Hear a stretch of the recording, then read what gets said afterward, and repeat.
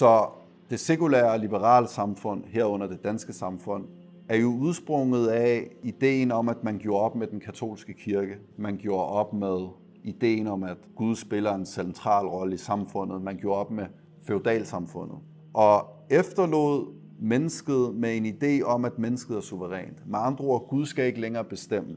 Gud skal ikke længere have en central rolle og have noget at skulle have sagt i samfundet. Gud skal sættes på sidelinjen, og mennesket skal sættes i centrum. Hvad betyder det i praksis? Det betyder, at du gør mennesket suverænt. Mennesket er den, der skal definere, hvad der er rigtigt og forkert. Mennesket er den, der skal bestemme. Der er ikke nogen over mennesket. Mennesket er den øverste i hierarkiet. Og så er det den naturlige konsekvens af det er selvfølgelig så, at Gud bliver sat under mennesket. Med andre ord, så har det sekulære liberale samfund defineret et forhold til Gud, hvor Gud er til tjeneste for mennesket og ikke omvendt. Så mennesket definerer selv formålet med sit liv. Definerer selv, hvad meningen med hans liv er, hvad der gør ham lykkelig, hvad han har lyst til, hvad der gør ham glad. Og ud fra det her, så har han en værktøjskasse, hvor et af de redskaber, der ligger i den kasse, er Gud.